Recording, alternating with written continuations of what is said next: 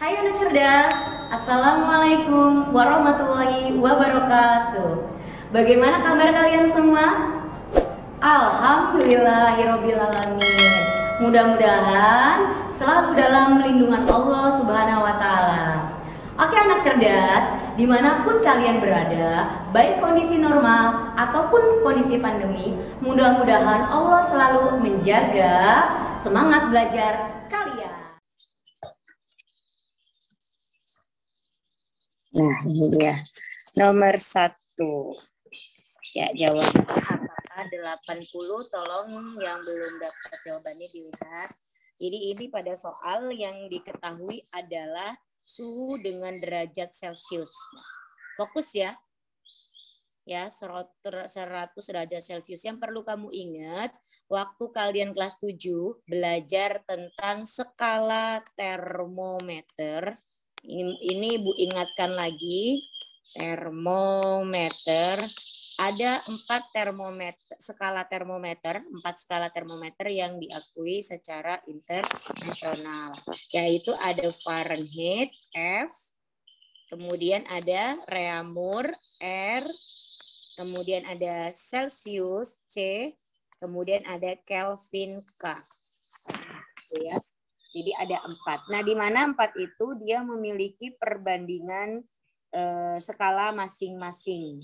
Nah, perbandingan itu ingatkan kembali diperoleh dari mengurangkan antara skala atas atau titik didih dengan skala bawah atau titik beku. Nah, perbandingannya apa yang diperoleh? Ada yang masih ingat Fahrenheit itu berapa perbandingannya? Fahrenheit perbandingannya 9. Reaumur berapa perbandingannya?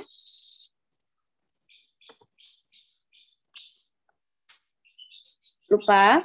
Reaumur perbandingannya 4. Kalau Celsius itu perbandingannya 5. Perbandingannya 5. Kelvin juga perbandingannya 5. Nah, seperti itu ya. Oke, kemudian ini yang ditanya adalah dari 100 derajat Celcius dinyatakan dalam derajat Reaumur. Oke, yuk coba kita lihat sama-sama. Kalau pakai perbandingan lebih mudah. Yang ditanya adalah dalam derajat Reaumur. Berapa Reaumur perbandingannya? Dilihat, Reaumur berapa? 4. Berarti tinggal yang ditanya perbandingannya tulis di atas 4. Kan Reaumur yang ditanya ya. Reaumur perbandingannya 4 per. Nah, Celsius di situ perbandingannya 5. Berarti 4/5 dikali. Nah, yang diketahui yaitu 100 derajat. Tinggal dihitung. Berapa hasilnya nih? 100 bagi 2, 20 ya. Nah, 4 kali 20, 80. Betul, jadi jawaban Paduka 80 derajat Reaumur.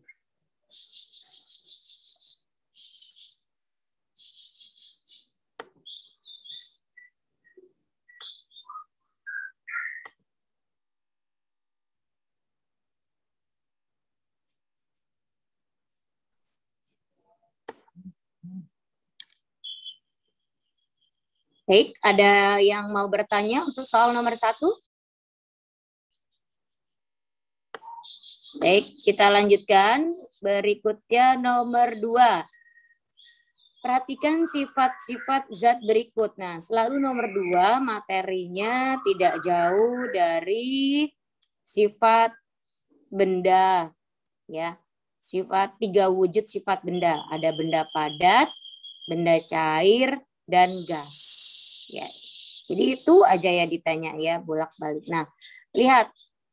Kalau ada soal begitu, kamu langsung fokus aja ke soal. Nah, jadi nggak usah dibaca dulu satu-satu, kamu fokus dulu ke soal. Sifat zat padat. Oke, langsung berarti cari mana yang zat padat. Oke, boleh dijawab Semi? Yang mana Sam? Sifat zat padat Sam. Coba dilihat. Nomor 1, apakah sifat zat padat? Volumenya tetap. Benar nggak Sam?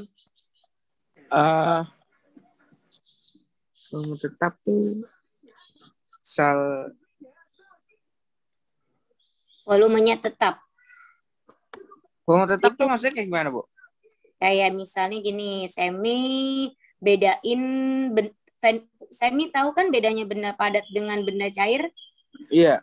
Nah, dan benda gas pasti tahu juga ya. Kalau benda padat contohnya misalkan Oh, handphone. volumenya tetap itu iya bener, Bu, kok nggak salah. Nah, bener dong. Kalau Semi punya handphone, kan? Nah, handphonenya itu volumenya misalkan 1 meter kubik. Nah, mau dipindahin ke kamar, mau dipindahin ke sekolah, volumenya nggak akan berubah. Bentuknya berubah-berubah nggak kalau benda padat? Kalau benda padat bentuknya berubah nggak, Sam? Di situ tetap. Iya, nggak kalau benda padat gunanya Iya. bentuknya berubah nggak? Bentuknya tidak berubah ya kalau benda padat ya, Sam? Iya, tidak berubah ya. Nah, oke. Berarti nomor 1 benar, volumenya tetap. Nomor 2, Sam? Iya. Nomor 2 enggak ya? Susunan partikelnya sangat teratur. Susunan partikel sangat teratur. Oh. Susunan partikelnya sangat teratur, benar nggak? Susunan partikelnya kayaknya iya deh, Bu. Betul, iya. Jadi kalau Ibu bikin susunan partikelnya, Sam, bedanya antara benda padat cair gas, coba Ibu buat nih. Ini susunan partikel gini ilustrasinya. Ini benda padat, ini benda cair, ini benda gas. Nah, kalau padat itu teratur susunan partikelnya nih, rapat dan teratur. Oh iya. Nah, jadinya makanya oleh karena itu handphone itu kalau dipindahin kemana-mana ya bentuknya tetap handphone. Nah, karena dia tidak akan berubah. Kalau benda cair, gimana susunan partikelnya? Ada itu ya, sama kayak bulat-bulat juga kan, Bu? Bulat, ya. Apakah teratur dan padat-padat seperti itu? Tidak teratur. Ya, agak renggang juga ya. Renggang. Nah, jadi oleh karena itu dia bentuknya mengikuti wadahnya. Kalau misalnya Semi atau teman-teman punya air teh di gelas, dipindahin ke aqua, ikutin wadahnya apa bentuknya seperti aqua, itu cair. Kalau gas gimana, gas? Gas itu Kalau gas sangat tidak teratur ya. Iya. Ya, kalau Semi misalnya punya gas apa asap misalnya, terus asapnya itu dimasukkan ke dalam botol. Nah, sampai rumah misalnya dibuka tuh asap yang di dalam botol, maka akan memenuhi seisi ruangan. Iya. Ya, contohnya seperti itu. Atau Semi iseng nih, misalnya nih kentutnya diwadahin ke dalam botol misalnya. Iya. Nah, kemudian kentutnya dibuka tutupnya, maka yang teman-teman di sekitar kamu akan tercium baunya. Nah, itu artinya berubah. Ya, berubah. Iya. Menyebar ya, Bu, ya baunya? Iya, menyebar dong. Jadi susunan itu sangat renggang dan berantakan. Ini gas. Oke, berarti tadi yang nomor 2 benar. Nomor 3, bentuknya berubah sesuai wadahnya. Benar nggak kalau benda padat bentuknya berubah? Enggak benar. Ya, berarti bukan. Nomor 4, jarak antar partikelnya sangat berjauhan. Lihat, benar nggak berjauhan jaraknya? Harusnya sangat rapat ya, Bu, kalau nggak salah. Sangat rapat. Berarti nomor 4 salah juga. Nomor 5, partikelnya benar. Sulit meninggalkan kelompok. Ya, berarti jawabannya 1, 2, dan 5. Oke. Selanjutnya Belva nomor 3. Perhatikan peristiwa berikut. Langsung aja ke soal. Peristiwa yang merupakan perubahan fisika. Yang mana, Belva?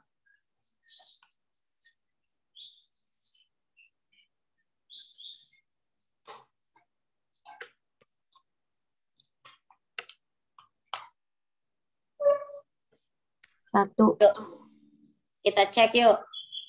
Perubahan fisika. Oke. Perubahan fisika itu ada 2 jenis perubahan ya. Perubahan fisika dan perubahan kimia. Apa bedanya perubahan fisika dan perubahan kimia, Belva? Sekalian kita mereview materi. Nomor 3 ya. Perubahan fisika adalah perubahan yang terjadi suatu zat atau materi. Nah, fisika. Kalau kimia?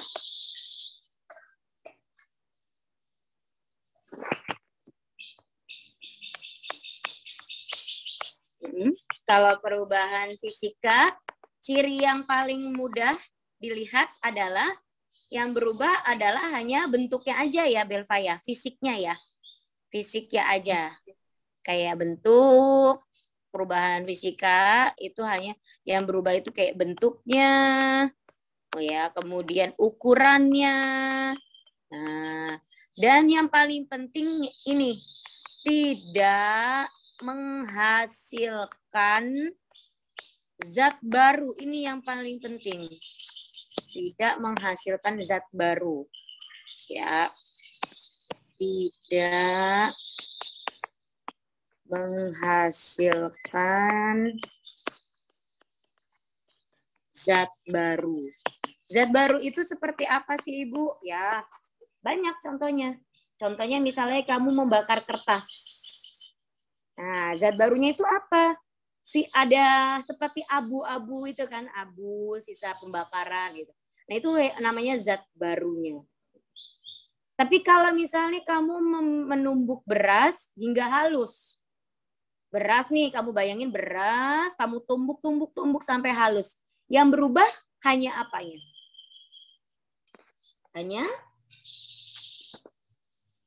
bentuknya aja. Hanya bentuknya aja, benar. Bentuknya aja dan ukurannya yang tadinya bulat-bulat agak besar menjadi lebih kecil. Tapi nggak menghasilkan sesuatu yang baru. Gitu ya. Kalau dimakan atau kalau dimasak, sama akan jadinya juga sama. Ya, cuman bentuknya. Ini kan nggak dimasak, hanya ditumbuk ya. Itu fisika. Nah, kalau perubahan kimia, nah ini yang baru kamu ingat nih kata kuncinya. Menghasilkan zat baru. Nah, di kata kuncinya menghasilkan zat baru. Ya. Kemudian biasanya ini ditandai dengan adanya beberapa perubahan. Ditandai beberapa perubahan. Apa saja biasanya Ibu singkat dengan BREW. Brew. B itu bau, biasanya baunya berubah. R itu rasa, biasanya rasanya berubah. E itu menghasilkan seperti adanya endapan. Yang W warna. Nah, biasanya ditandai dengan itu. Ya. Contohnya tadi membakar kertas. Apa yang dihasilkan abu? Nah, abu itu endapan zat baru. Ya. Bu, berarti kalau misalnya kita masak ayam gitu, berarti itu masuknya ke perubahan kimia, Bu? Masak ayam. Ayamnya dibumbuin. Nah, ya sekarang kamu lihat apakah dia menghasilkan zat baru? Coba menghasilkan zat baru atau tidak? Enggak. Jadi sih ayam doang. Perubahan kimia di sini, ya perubahan kimia ini di sini juga termasuk perubahan biologi. Nah, perubahan biologi itu juga termasuk ke dalam perubahan kimia sebetulnya ya. Contohnya biasanya itu kalau misalnya kan tadi jelas nih, kalau membakar apa tadi? Kertas jelas nih ada abunya. Sekarang kalau bukan membakar ayam, tadi masak ayam ya, ayam dikecapin misalnya. Ayam dikecapin atau ayam dibakar, Kevin? Kayak dibumbuin gitu, Bu. Oh, ayam dibumbuin ya. Ayam dibumbuin itu kan sebetulnya sudah melalui proses ya. Melalui proses, di situ ada menghasilkan zat baru nggak? Itu dulu yang kamu identifikasi. Menghasilkan zat baru nggak ya? Itu dulu. Coba menghasilkan zat baru nggak, Fit? Enggak. Tetap ayam ya, Vin? Ya. Nah, beda nggak kalau ayam dibakar? Ayam dibumbuin sama ayam dibakar apa bedanya? Kalau dibakar ada gosong-gosongnya. Ada arang-arangnya gitu ya? Heeh. Nah, kalau ayam digoreng? Goreng kulitnya jadi crispy. Crispy. Jadi enak buat makan. Iya. Jadi jadi yang dimaksud ini memang harus hati-hati nih ya menafsirkannya. Jadi yang dimaksud dengan bau, rasa, dapat, warna ini juga harus hati-hati. Jadi nggak semuanya perubahan itu mentang-mentang oh baunya beda Bu, langsung dimasukkan ke perubahan kimia, enggak. Jadi garis pentingnya yang harus kamu pahami di sini adalah itu menghasilkan zat baru enggak gitu. Zat baru itu seperti ya tadi Ibu bilang abu, ada endapan, atau ada gas-gasnya, nah gitu enggak. Ya, bisa jadi warnanya berubah, tapi dia nggak menghasilkan zat baru gitu. Ya itu dibilangnya bukan perubahan fisika gitu. Contohnya apa? Contohnya bedakan orang ngecat rumah, orang ngecat bangku sama bangkunya lapuk. Nah, beda ini. Kalau bangkunya lapuk, membusuk, baunya berubah, ya kan? Tapi kalau bangku dicat, baunya juga berubah. Tapi beda nggak antara dua itu? Beda nggak? Bangku yang dicat, baunya berubah. Bangku dari kayu lama-lama lapuk, ya kan? Lapuk, tahu lapuk ya? Tahu lapuk nggak? Tahu. Nah, beda kan dua-duanya menghasilkan baunya kan? Tapi di sini beda ya, beda. Kalau yang dicat ya itu warnanya berubah Bu, betul, tapi dia nggak menghasilkan zat baru. Nah, hati-hati nih. Nah, kalau yang kimia tadi yang lapuk karena mungkin udah 10 tahun, 20 tahun gitu kan. Misalnya kena udara, cuaca gitu, nggak dicat, jadinya nggak ada pelapisannya. Nah, itu namanya kimia. Nah, hati-hati di sini. Jadi maka Ibu sampaikan di awal, kata kuncinya menghasilkan zat baru atau tidak gitu. Nah, kalau yang di bawah itu ditandai beberapa perubahan itu sebetulnya hanya menguatkan. Nah, menguatkan ya. Oke ya, kita balik lagi ke nomor 3. Peristiwa yang merupakan perubahan fisika, tadi Belva menjawab 1 dan berapa, Bel?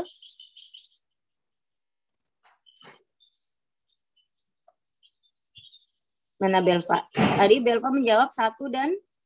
1 dan 2, Bu. Oke, 1 dan 2. Ya, berarti 1 penumbukan beras hingga halus oke, pelarutan gula, ya tetap aja walaupun dilarutkan bentuknya berubah, tapi rasanya tetap manis. Betul. Nah, 2 pembakaran kertas ini kata kuncinya abu. Nah, perubahan rasa pada tapai ketan itu udah melewati proses namanya fermentasi. Ya, fermentasi, peragian. Nah, itu tadi yang dinamakan perubahan kimianya. Ya, berarti nomor 3, 1 dan 2. Ya, baik, kita lanjut ke nomor 4. Berikutnya nomor 4, siapa ya? Kevin, 4 Vin. Ya, Bu.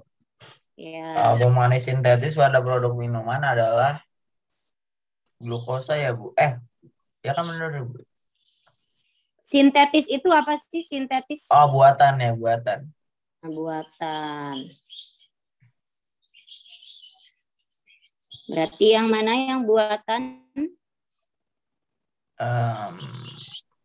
Yang buatan. Mudah kok ditebak. Sering ada di minuman. Saya kan nggak pernah ngeliat satu-satu bahannya, Bu. Oh, nggak pernah lihat ya. Berarti sekarang harus bisa melihat. Ini ngandung Sukrosa. Mengandung apa ya? Padahal beda sendiri loh bahasanya. Berarti sakarin dong, Bu. Nah, ya dicek lagi nanti ya. Jadi beberapa pemanis buatan Ya, salah satunya adalah sakarin. Ya. Kalau yang lain gimana, Bu?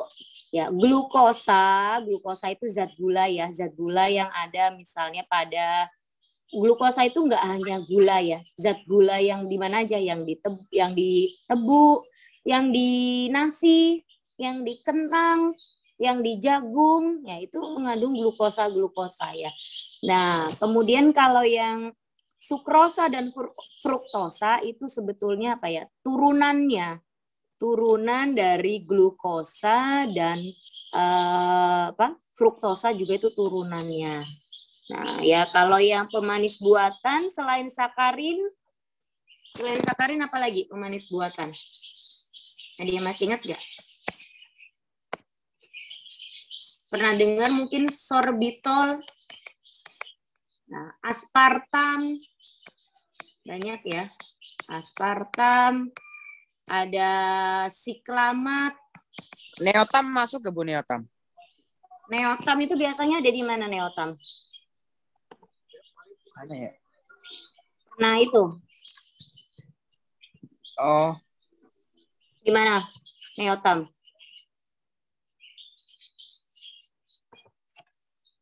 Neotam itu seperti apa? Yang rendah kalori gitu ya, pemanis buatan rendah kalori ya.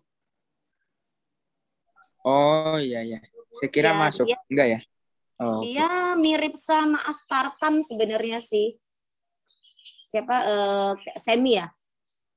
Neotam itu Iya. dia gula rendah kalori. Betul. Dia termasuk jenis pemanis buatan. Dia sejenis seperti aspartam. Ya masuk juga neotam. Emang Semi mengkonsumsi neotam? Enggak, Bu. Saya cuma tahu ide aja. Oh ya, dia rendah kalori tapi tuh manis banget loh. Apaan, Bu? Saya nggak tahu Neotam. Lah itu tahu neotam dari mana? Lah, saya dapat dari ide saya baca-baca sih kemarin di buku IPA. Ya. Ya, Berarti Neotam apaan, Bu? Saya nggak tahu. Oh, iya, neotam itu pemanis buatan Semi. Nah, dia itu mirip seperti aspartam. Aspartam ya. Tapi dia lebih kuat pemanisannya. Dia itu lebih kuat, bisa 40 sampai 50 kali dari aspartam tadi. Ya, manis banget lah intinya. Jadi apa ya? Biang ya kalau dibilang ya, kalau ibu bilang biang gula gitu. Ya, katanya sih rendah kalori, tapi mau bagaimanapun yang namanya sintetis ya kurang bagus ya. Lebih baik ya yang alami seperti gula jagung dan sejenisnya. Ya itu apa tuh namanya? Walaupun memang rendah kalori karena kan bisa menurunkan resiko penyakit diabetes ya. Tapi ini juga bahaya ya pemanis buatan. Pemanis buatan memang rata-rata sih rendah kalori, tapi bahayanya itu apa ya? Bisa menyebabkan ya efek yang lain. Salah satunya ada namanya karsinogen. Baik, itu ya Ibu tambahkan. Jadi selain sakarin ada sorbitol, ada aspartam, ada siklamat, ada neotam. Oke, nomor 4 sudah. Nomor 5 selanjutnya siapa ya? Kevin sudah. Garda nomor 5, Gar. Seseorang berlari dengan kelajuan 18 km per jam. Setelah 30 second pelari tersebut berhenti. Perlambatan yang dialami pelari adalah... Oke. Berapa, Gar? Udah dihitung, Gar? Belum. Oke, baik, hitung. Pertama yang diketahui kelajuan. Seorang berlari dengan kelajuan 18 km per jam. Oke, titik. Setelah 30 sekon, pelari tersebut berhenti. Nah, kalau berhenti berarti dia punya kecepatan nggak, Gar, kalau udah berhenti? Enggak. Nah, berarti itu namanya kecepatan akhir ya, Gar. Jadi di sini kamu harus pandai membaca situasi. awalnya dia berlari. Berarti kalau berlari dia punya kecepatan awal V0.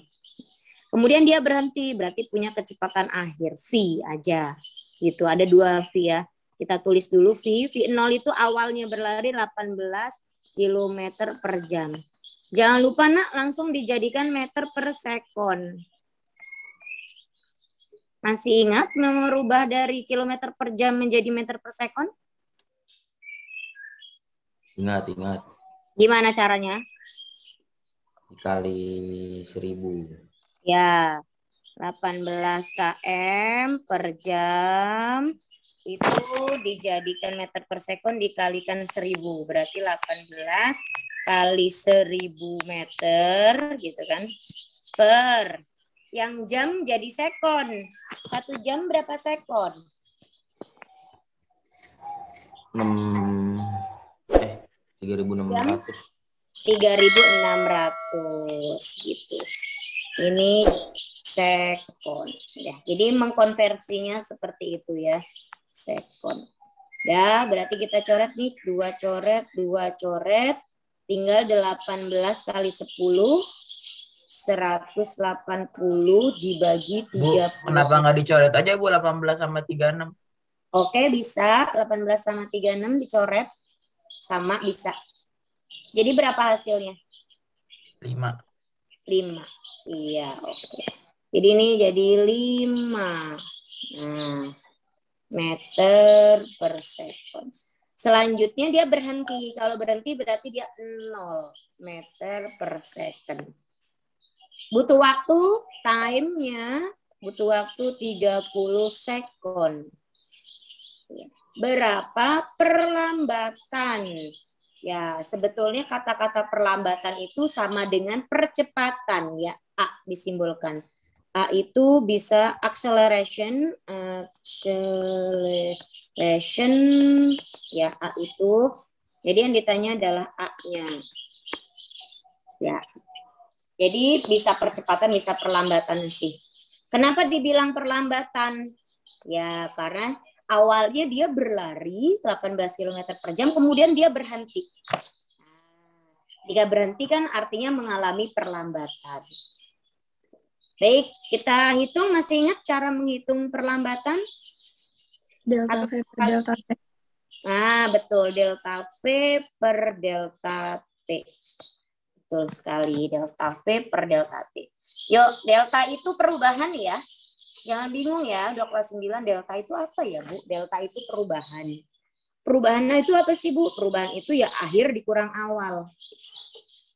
Ya, akhir kurang awal. Berarti akhirnya V dikurang V0 per T dikurang T0. Gitu. Baik. Kita tulis. V-nya tadi 0 dikurang 5 per T-nya adalah 30 dikurang, ya waktunya sebelum berlari ya 0 ya. Berarti T awalnya kan 0. 0 sekon menjadi 30 sekon. Kan gitu logikanya. Yuk hitung 0 dikurang 5 min 5 dibagi 30. Berapa nih min 5 bagi 30? Bantu hitung.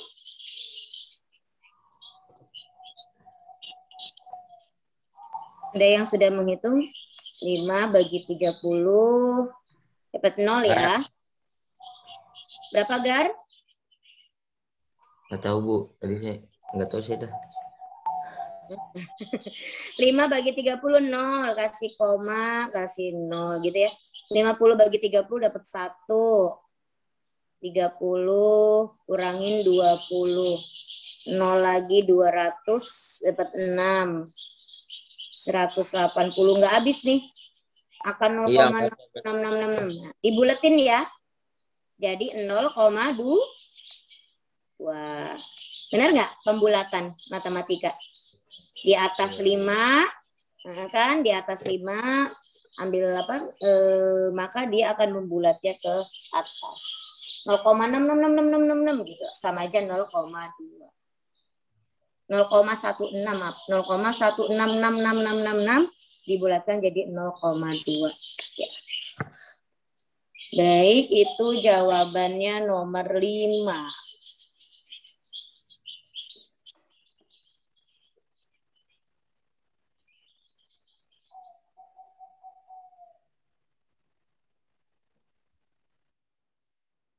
Yang mau bertanya, silahkan. Tadi sampai Garda, berarti selanjutnya Paduka nomor 6. Yuk, yang mau bertanya?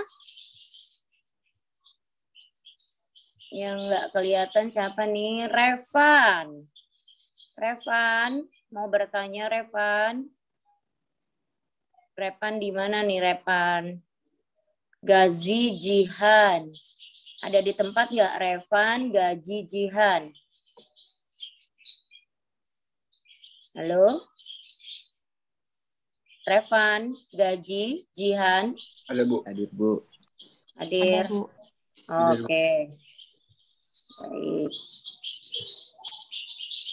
Baik, lanjut yuk Paduka nomor 6.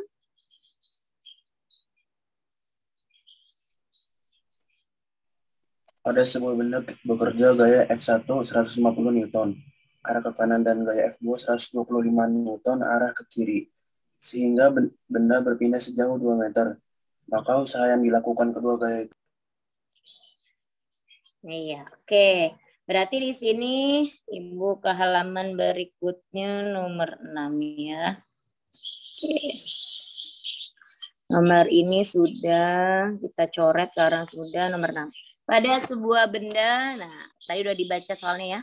Bekerja gaya F1 ke kanan, F2 ke kiri, bendanya pindah. Usaha yang dilakukan. Kata kuncinya usaha. Nah, jadi kalau boleh Ibu ilustrasikan, ini ada suatu benda.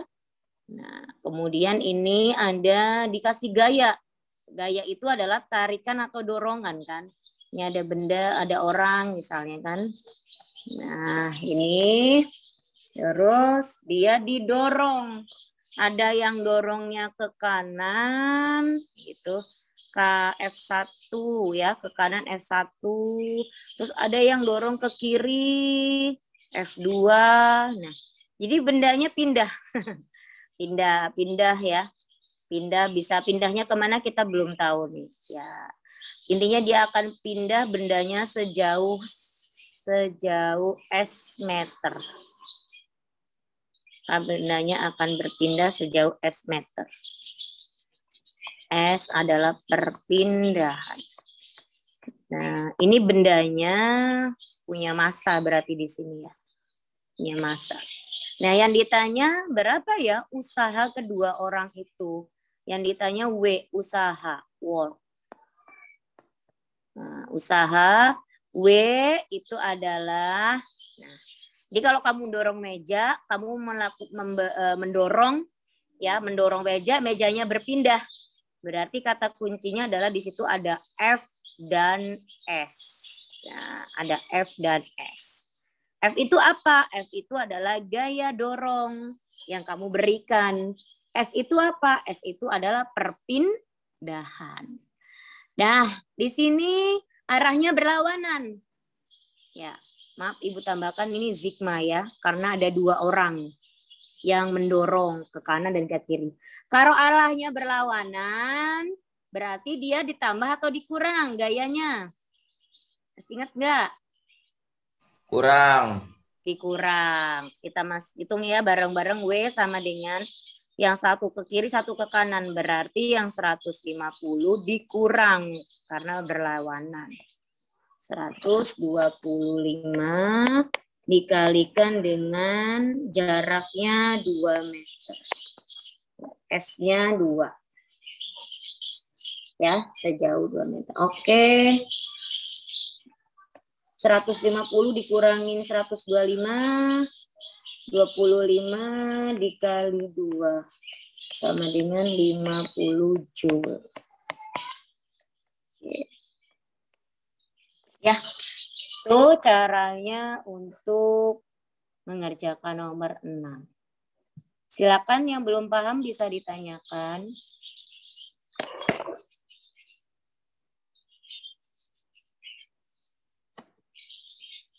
Ya. Yuk, ini Dialova ada Dialova di tempat? Nggak kelihatan Ada, Dialova. Bu. Oh ada. Dialova nanti nomor 7 ya. Iya, Bu. Ada yang mau bertanya? Ini diem-diem paham nggak nih pada? Cantika, Sauki, paham nggak Sauki, Belva, Davin, Aska? Davin, kemana Davin ini? Vin? Davin Aska, kemana Davin Aska? Ya kenapa Bu? Oh, oke. Udah sampai nomor 6 nih, Vin. Paham nggak, Vin? Ya kalau diperhatiin paham. Alhamdulillah. Ini nanti kalau ada soal bisa ya, Vin ya.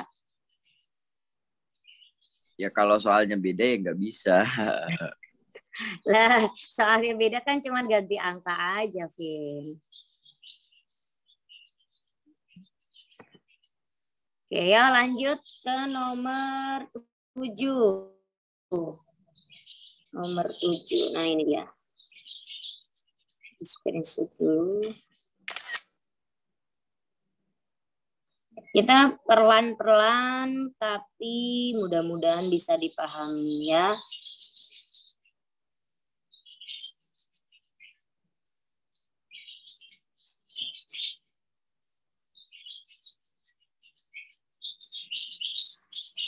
Oke. Ya, silakan Dea nomor 7. Gaya yang diperlukan untuk mendorong beban pada sistem tersebut adalah, itunya juga dibaca, Bu, satuan-satuannya. Nggak usah, atasnya aja yang diketahui apa? Yang pertama, Perpindahannya 3 meter, mm-mm. masanya 4.000 Newton, Ini bukan massa, tapi weight. Weight. Apa weight? berat, Berat ya. Terus apa lagi? F-nya belum diketahui. Tingginya 75 cm. Iya, oke, baik. Yang ditanya berarti gaya ya. Nah, kalau Dealova lihat itu gambar apa sih, Dea? Gambar balok pada bidang Miring. bidang miring. Bidang miring itu pokok bahasan apa ya? Bahasan gerak dan gaya. Gerak dan gaya, lebih tepatnya pesawat sederhana. Masih ingat ya? Pesawat sederhana itu ada patrol, ada tuas, ada bidang miring. Kalau nggak salah kelas 8 nih ya.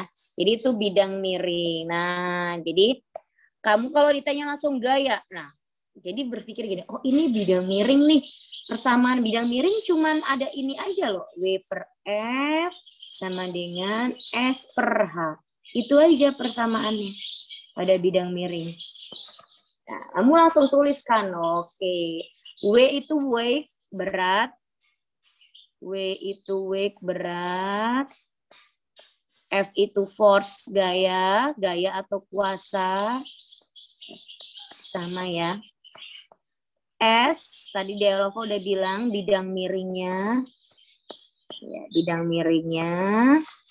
H, height, ketinggian, tingginya. Nah, nggak ada semua pada soal ya. Oke, ini meter. Biasanya ini meter, ini Newton, ini Newton. Nah, gitu. Yang ditanya adalah gayanya alias F-nya. Yuk, kita masukkan dari persamaan ini, kita masukkan W. Weight-nya berapa tuh, Dea? Weight-nya tadi 4.000 ya, guys? 4.000 per S gitu ya. S-nya tadi Dea 3. Nah, H-nya ini harus dijadikan ke dalam meter ya.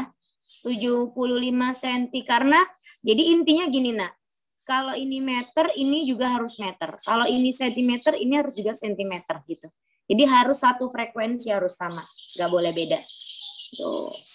Nah, sekarang Ibu serahkan ke kamu, mau dijadikan meter semua atau sentimeter? Enaknya.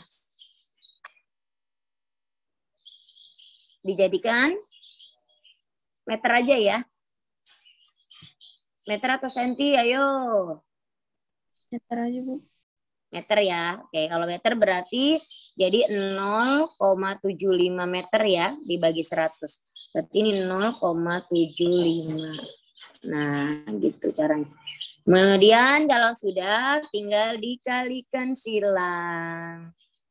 Yuk kita kali silang ini ke sini. 3 kali F, 3F. 3F ya sama dengan ya 4.000 ke 0,75 berapa ya? 4.000 kali 0,75. Berapa, Dek? Udah ngitung, Dek? 3.000, Bu. 3.000. Oke, 3F sama dengan 3.000. Ya sudah, berarti F-nya sama dengan 3.000 bagi 3 sama dengan 1.000 Newton. Ya. Di jawabannya yang C. Silakan. Yang mau bertanya boleh.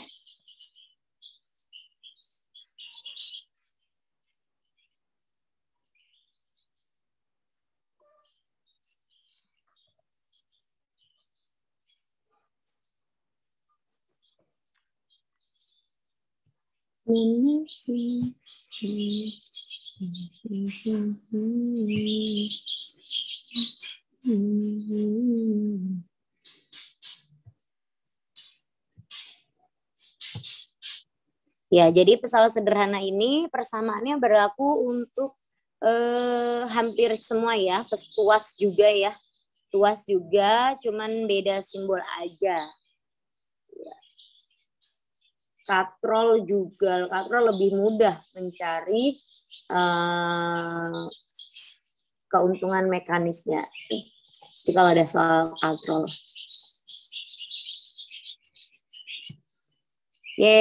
Berikutnya tadi dia sudah Kevin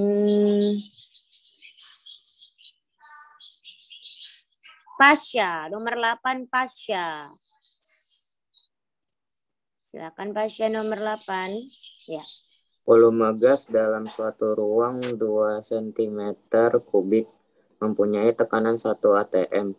Jika tekanan diperbesar 4 kali, maka volumenya menjadi... Iya. Berapa? Pasha sudah menjawab?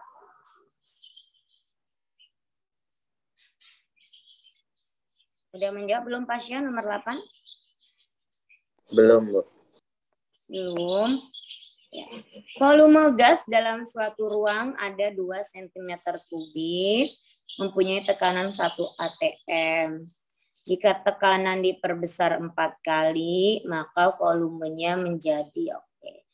Jadi ini tekanan ya, tekanan waktu kelas 8 kamu pernah belajar tekanan zat padat, zat cair, dan gas. Nah, ini adalah tekanan gas menggunakan hukum Boyle. Ya, baik, ini atas ya penjelasannya ya. Ini hukum Boyle. Mudah saja bahwa P1 sama dengan P1 pada ruangan yang sama, maka P itu adalah pressure, tekanan. P itu pressure, tekanan. V itu volume. Nah, ya. Berarti P1, P2, V2. Tinggal kita masukkan deh angkanya. Volume gas suatu ruang. Oke, berarti ini 2 cm kubik itu berarti simbolnya apa, Pasya? Apanya, Nak, Pasya? 2 cm kubik itu apanya, Nak?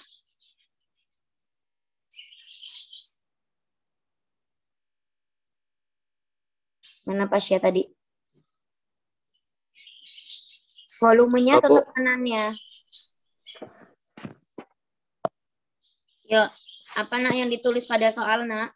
Yang diketahui apa aja? volume gas, Volume, berarti itu V1 ya. V1-nya 2. Terus apa lagi, Pasya? tekanannya 1 atm. Iya, berarti itu P1 ya, 1 atm. Terus apa lagi, Nak? Ya, kalau jika tekanannya diperbesar 4 kali, maka volumenya menjadi. Nah, berarti kalau tekanannya berarti P2 diperbesar 4 kali. Awalnya 1 atm. 1 dikali 4 gitu kan. Berarti jadi 4 atm. Jadi tergantung awalnya berapa. Kalau awalnya 2 ya berarti 2 dikali diperbesar 4 kali itu berarti dikalikan 4 kali. Nah, yang ditanya adalah V2-nya. Gitu ya. Yuk dimasukkan Pasya angkanya. P1 kali V1 sama dengan V2 kali V2. Yuk hitung. Coba hitung masing-masing. Berapa jawabannya? Yang udah menghitung siapa? Pasya hitung, Pas. 1.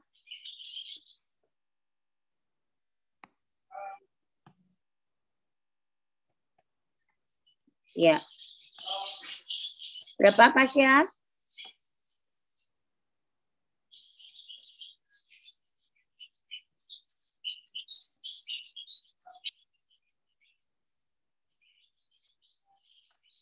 Dua, Bu. Kok 2 sih? Ayo, yang bener. Coba 2 kah?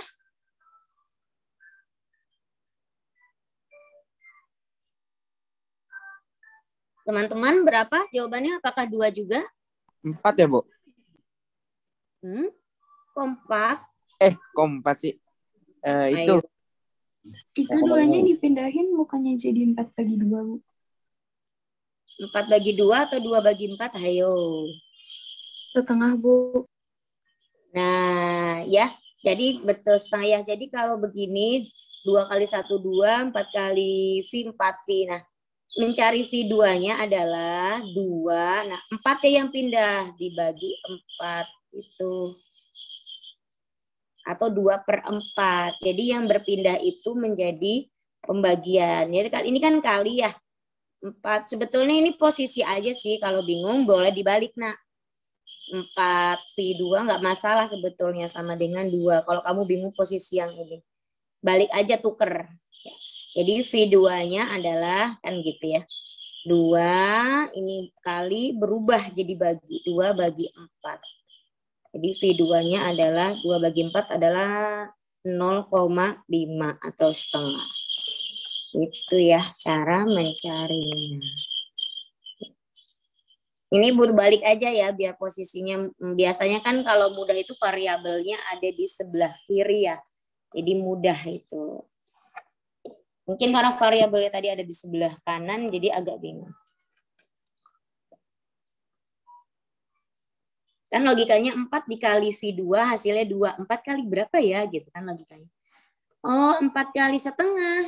4 kali setengah ya 2 gitu. Ya, nomor 8A.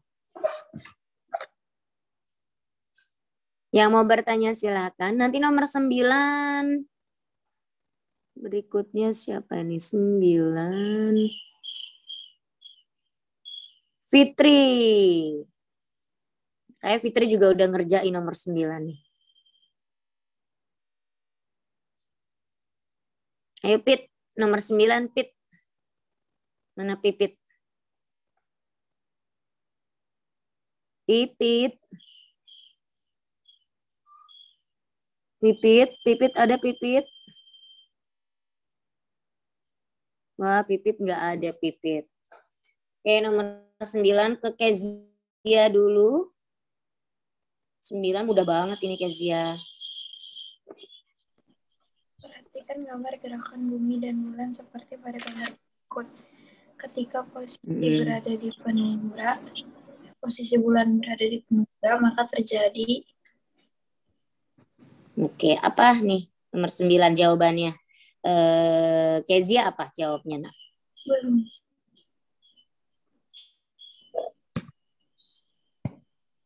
Apa? Penumbra, berarti kira-kira ada di sini ya kalau penumbra. Ini kan umbra. Tahu bedanya umbra penumbra ya posisinya ya? Kalau yang ini nih daerah yang ini nih. Nah, ini yang Ibu merahin itu namanya umbra. Ya, yang gelapnya kelihatan banget tuh. Nah, kalau penumbra itu yang ini, yang Ibu ijoin ini penumbra. Nah, jadi bulannya ada di sini nih. Bulannya ada di sini. Kira-kira Ibu gambarkan di sini. Set. Ya.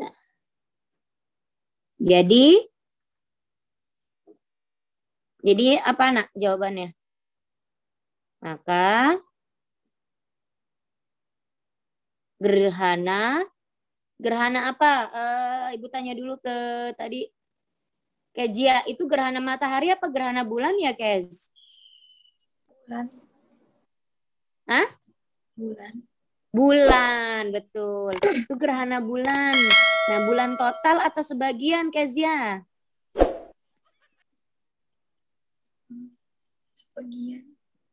Sebagian, bener. Jangan ragu-ragu. Ya, jadi kalau di umbra, ya, ada yang bertanya? Ya, Ibu jelaskan ya, sebetulnya ini jawabannya sih kurang pas. Harusnya kalau dia ada di penumbra, ya namanya gerhana bulan penumbra sebetulnya. Nah, jadi ada posisi 3 bulan ya. Bulan itu bisa tepat lurus seperti ini. Matahari, bumi, bulan. Nah, posisi yang ada di sini nih, ini namanya gerhana bulan total, GBT. Sebetulnya ya. Tapi kalau posisi yang di ini sebetulnya gerhana bulan penumbra sebetulnya. Jadi kalau dia ada di posisi penumbra, namanya penumbra. Nah, kalau yang sebagian di mana, Bu? Kalau Ibu gambar lagi, misalnya di sini, di tengah-tengah nih, di sini ya. Nah, namanya kan sebagian. Jadi sebagiannya dia di umbra, sebagian dia di penumbra. Nah, kalau ini nih harusnya yang dinamakan gerhana bulan sebagian. Itu harusnya. Tapi karena soalnya hanya ada total dan sebagian, ya sudah kita ambil yang sebagian saja. Ya. Jadi nanti ketika ada soal yang lebih komplit lagi, ya perlu diingat. Kalau dia lurus, matahari, bumi, bulan, itu namanya GBT. Apa GBT tadi, Aisyah? Aisyah. Ya Aisyah? GBT singkatan dari apa GBT? Aisyah. Cak? Nah, GBT singkatan dari apa tadi, Cak? Bulan total.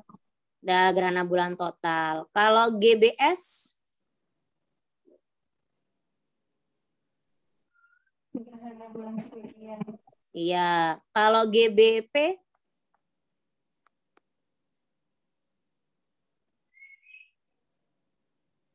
Gerhana bulan penumbra.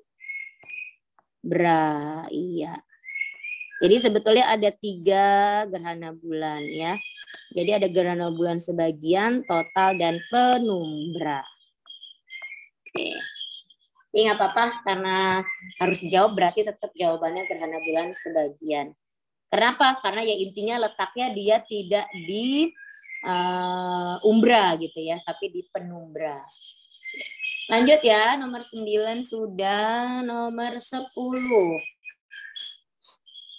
10. Muhammad Gaiska. Gaiska. Ya, Bu. Ya, nomor 10, Nak. Gelombang timbul pada kolam, panjang gelombangnya adalah 32 cm, dan frekuensi gelombangnya 2 Hz. Besarnya cepat rambat gelombang itu adalah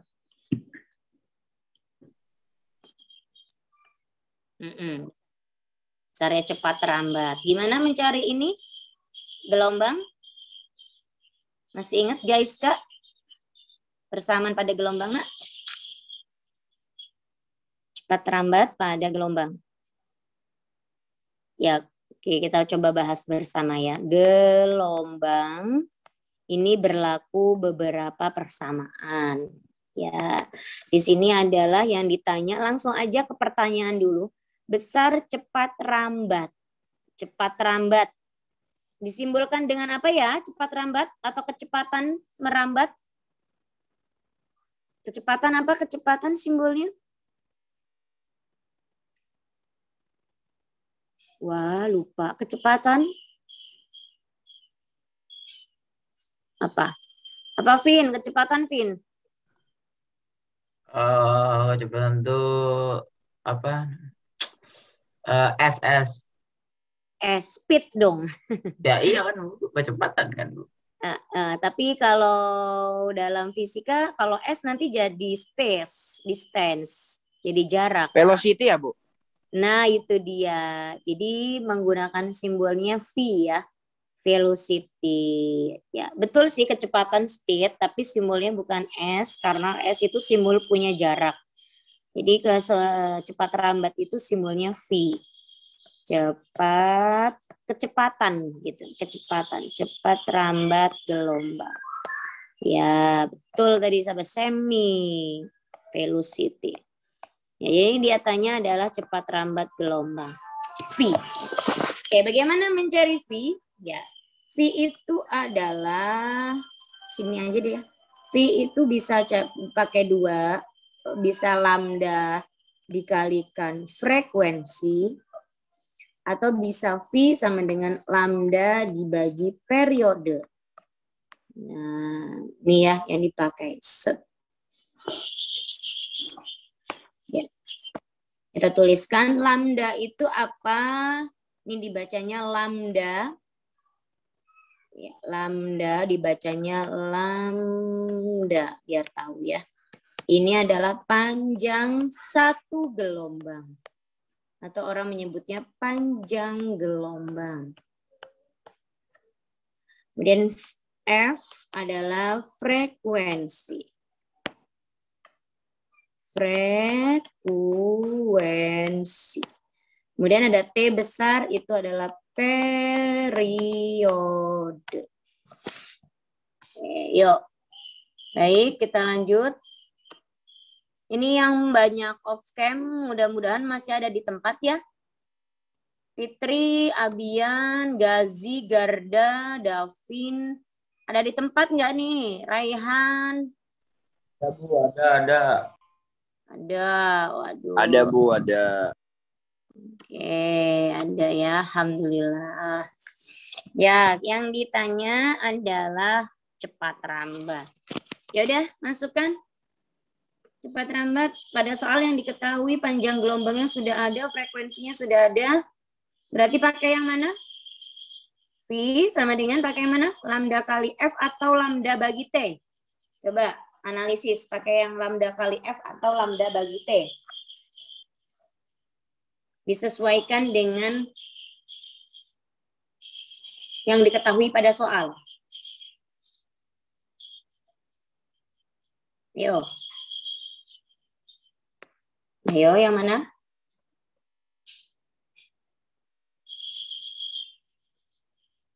Guys, Kak, pakai yang mana, guys, Kak?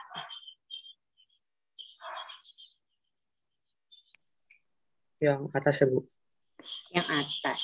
Lambda kali F. Ya, disesuaikan yang diketahui pada soal. Ya. Diketahui pada soal kan udah jelas tuh, panjang gelombang. Nah, panjang gelombangnya 32 cm. Bu, boleh tulis dulu yang diketahui? Boleh, kalau mau ditulis lagi. Lambdanya adalah 32 cm. Langsung rubah ya. 0,32 meter. Frekuensinya oke, tulis 2Hz. Berarti kita hitung V sama dengan lambda kali F. Berarti 0,32 dikali 2. Berapa? Guys? 0,64 ya, Bu. 0,64 meter per sekon. Ya.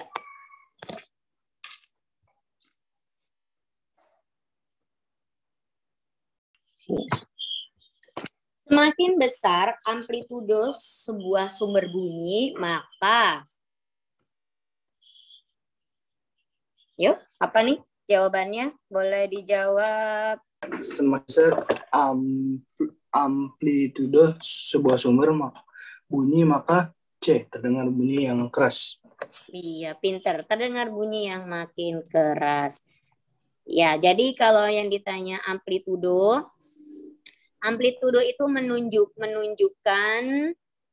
menunjukkan kuat atau lemahnya bunyi. Kuat atau lemahnya bunyi. Ya, kalau kamu bermain belajar apa tuh? Musik ya sama Pak Parjo. Do, re, mi, fa, sol, la, si, do. Nah, itu kan dari lemah ke kuat, ke kuat, ke kuat. Nah, itu namanya amplitudo. Oke, lanjut ke nomor 12. Wah, lagi Gazi, nomor 12 Gazi. Jika benda AB berada di muka cermin cekung dan diketahui jarak AO sama dengan 24 cm, sedangkan MO sama dengan 36 cm, maka bayangan benda AB sejauh.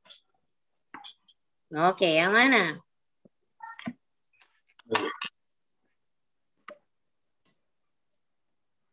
Yang mana jawabannya? Saya ngitung sekalian ngitung ya, Bu. Boleh. Delta, Bu, 72. Delta 72. Gimana caranya, Gazi? 1/24 dikurang 1/36. 1/24 dikurang 1/36. Hasilnya 1/72. Hasilnya 72. Iya, 3 kurang 2/72. 3, ya benar. Coba ya kita buktikan apakah jawaban Gazi. Oke, kita lihat. Perhatikan gambar berikut. Oke, itu gambar cermin ya, gambar cermin. Kemudian ini ada titik O, ada titik F, ada titik M. Ya, O itu adalah titik pusatnya cermin, F itu titik fokus, M itu jari-jari. Ya. Jika benda AB berada di mukanya cermin cekung, ya, ini F itu fokus, M itu jari-jari kelengkungan, O itu adalah pusat cermin. Kita lihat AB, jika benda AB berada di mukanya cermin cekung, diketahui jarak dari A ke O, berarti dari A ke O itu ini jaraknya adalah 24 cm. Ini dikatakan dengan jarak benda. Jadi A ke O itu jarak benda. Jarak benda itu disimbolkan dengan S. S-nya adalah 24 cm. Dan M ke O ini adalah jari-jari. M ke O adalah 36 cm. Nah, kamu perlu ingat kalau jari-jarinya 36, ya M ke O-nya 36, M, berarti kamu bisa menghitung fokusnya. Berapa? Masih ingat nggak, Nak? Mencari fokus. Kalau dari O ke M itu 36, berarti dari O ke F-nya berapa? Tengah-tengah tuh, O ke F adalah setengahnya dari O ke M. Berarti berapa O ke F-nya? 18. 18 ya. F-nya itu setengahnya dari M. Dari jari-jari, betul. Setengahnya dari 36 sama dengan 18 cm. Nah, pertanyaannya adalah bayangan AB sejauh, nah yang ditanya adalah betul tadi adalah jarak bayangan. Jarak bayangan itu adalah yang ditanya adalah S aksen. Jarak bayangan. Seperti itu ya. Berapa jarak bayangan? Nah, tadi sudah disampaikan tuh sama Gazi bahwa mencari jarak bayangan adalah seper S aksen adalah seper fokus dikurang seper S. Betul dikurang. Yuk kita masukkan seper F. F-nya bukan 36 ya, tapi 18. Jadi 1/18 dikurang 1/24. Itu. KPK-nya berapa ya? 18 sama 24. Berapa ya 18 sama 24?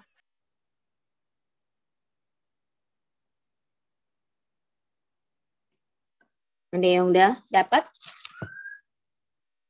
Kita hitung bareng-bareng. 18, 24. Kita lipetin ya. Kita lipat-lipat. 18 itu 36. Terus? Berapa lagi? 36. Kemudian tambah 18 lagi. 48. Terus? 54 Bu. Habis 36 terus 54. 54 ya? Heeh. Kali 3. Oh 54. Iya. 48. Salah ya. Maaf. 54. Betul ya? Habis 54 tambah 18 lagi 72. Benar nggak? Benar? 72? 4. Ya, coba stop dulu. Kita ke 24 nih. 24 kali 2, 4, 8. Tambah 24 lagi. 72. Alhamdulillah udah dapet nih di sini KPK-nya. Ya, berarti ini 72. 72. Itu cara klasik sebenarnya ya. Tapi menurut Ibu itu yang cara lebih mudah. Tinggal dilipat-lipat aja. Kalau kamu mau pakai tusuk sate atau pakai pohon faktor juga silakan mencari KPK. Ya, berarti ini 18 menuju 72 kan 4 kali ya. 4 kali loncat tuh 2, 3, 4. Berarti ini sama aja ini dikali 4, berarti atasnya dikali 4. Kan gitu. Ini 4. Nah, kalau yang 24 ke 72 kan 3 kali lipat. Berarti ini kalau ini dikali 3, ini dikali 3. Gitu ya. Ini berarti 3. Hasilnya adalah 1/72.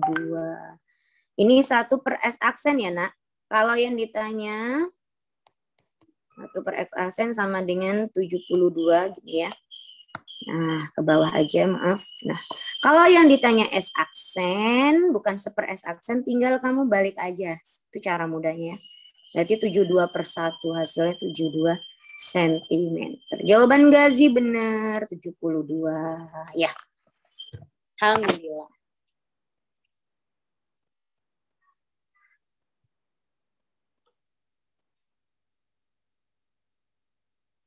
Oke. Ya, nomor 13 yuk. Dibaca, Re. Perhatikan gambar berikut. Jika sama dengan 5A, sama dengan 3A, dan sama dengan 6A, besar adalah?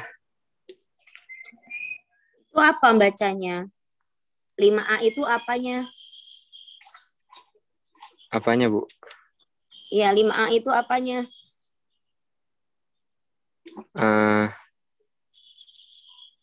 Ininya ya, Bu, listrik ya? Iya, bacanya apa itu? Apa tuh, Bu? Itu kebaca di kamu apa? I apa? L apa itu? Oh, I1.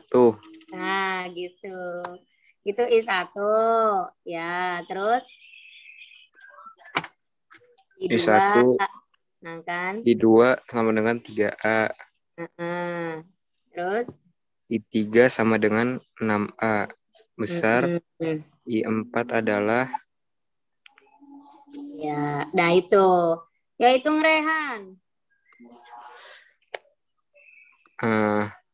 I1-nya tanda panahnya masuk. I1-nya 5. I2-nya tanda panahnya masuk juga 3. I3-nya 6. Tanda panahnya keluar. I4-nya berapa? I4 tanda panahnya keluar apa masuk itu Rehan? keluar. Nah, jadi total I masuk harus sama dengan total I keluar. Gitu. Jadi yang masuk yang mana aja tanda panahnya yang masuk, Rehan? Kenapa, Bu? Yang masuk I berapa aja yang masuk? Yang masuk Ini tengah-tengahnya tanda 5. panahnya. 5, berarti 5 sama berapa yang masuk tuh? 3. Nah, 5 tambah 3. Yang keluar?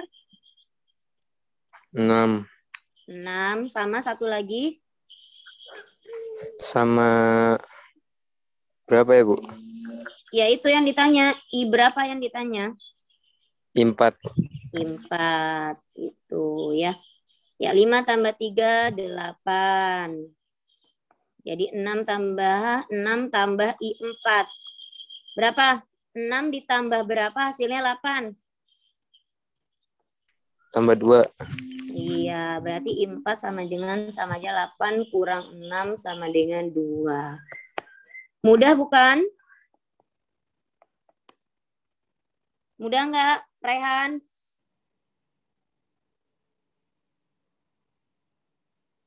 Mana nih Rehan tadi? Iya, Bu. Iya, Bu. Iya. Ya. Terakhir, yuk nomor 14, Amalia, 14, Mel.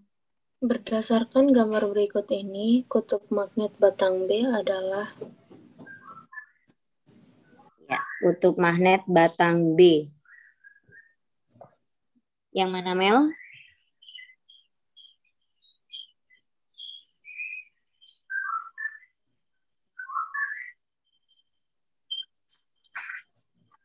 Ya, menolak atau menarik gitu ya, Mel?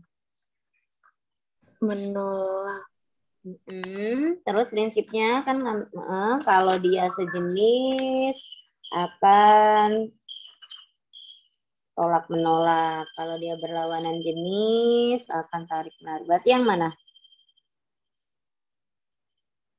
Berarti yang B2 itu U. B2 itu U, oke. B1-nya selatan. Selatan. Berarti jawabannya yang A. Benar ya. Betul, jadi kata kuncinya adalah kutubnya ini menolak. Ini ada menolak. Kalau menolak berarti dia sejenis. Sejenis kutub yang didekatkannya. Baik ya itu. Jadi betul jawaban Amel ya.